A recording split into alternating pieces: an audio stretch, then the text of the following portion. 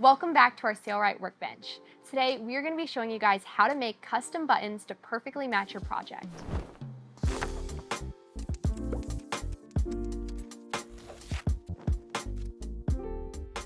We recently did a floor cushion project on our channel that used custom buttons.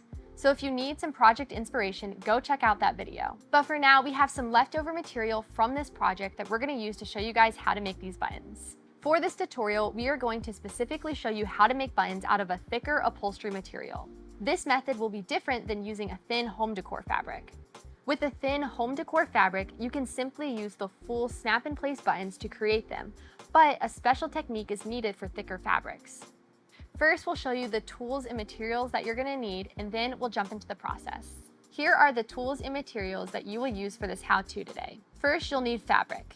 We have some leftover Krypton home fabric from our latest project. You can use whatever upholstery fabric that you have. Then grab some fabric scissors, a scratch awl, our Sailrite canvas patterning ruler, a marking tool, a flathead screwdriver, and some buttons. These are snap together buttons from our website, but only the front side. You won't need the back side, so you can just set those to the side. The last thing you'll need is a sewing machine. We'll be using our Ultrafeed LS. The first thing you need to do is cut out circles from your fabric. Our buttons here are 1.5 inches in diameter. So we are going to use the 1.5 inch hole on our canvas patterning ruler to get a fabric circle that is 3 inches in diameter. Place your scratch awl in the middle hole and use your marking tool in the other hole to draw a circle.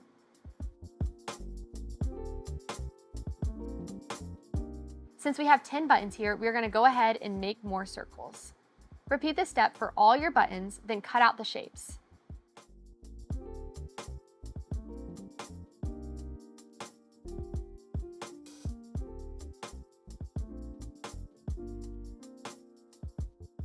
Next, take these circle pieces of fabric over to your sewing machine. Set the stitch tension very loosely. Then sew around the perimeter of the circle as close to the edge as you can. We are sewing between an 1/8 inch and a 1/4 inch from the edge. Don't backstitch at the beginning or at the end.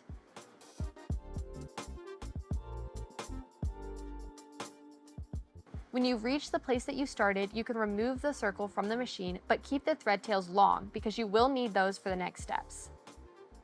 Repeat the same process for the rest of your fabric circles. Returning to your workbench with the sewn fabric circles, go ahead and pull out your flathead screwdriver and buttons.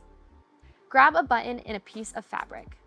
Place the button on top of your fabric circle with the right side facing out towards the workbench. Now take the inside 2 threads and tie them together. Then, while holding the button in place, pull one of the threads very tight. This should condense the fabric around the edges of the button so that it cinches around the button. You can pull on the other thread as well to fully tighten the edges.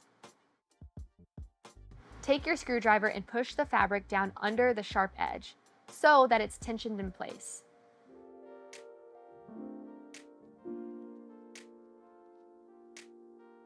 Go around the whole button until all the fabric is tensioned and secure. Snip the excess threads. And now you have a button. Repeat the same steps for the rest of your buttons. You're now ready to add your buttons to your project. If you'd like to see more how-to videos or DIY videos, make sure to subscribe to our channel so that you'll never miss out. Thanks for watching, and we'll see you guys next time.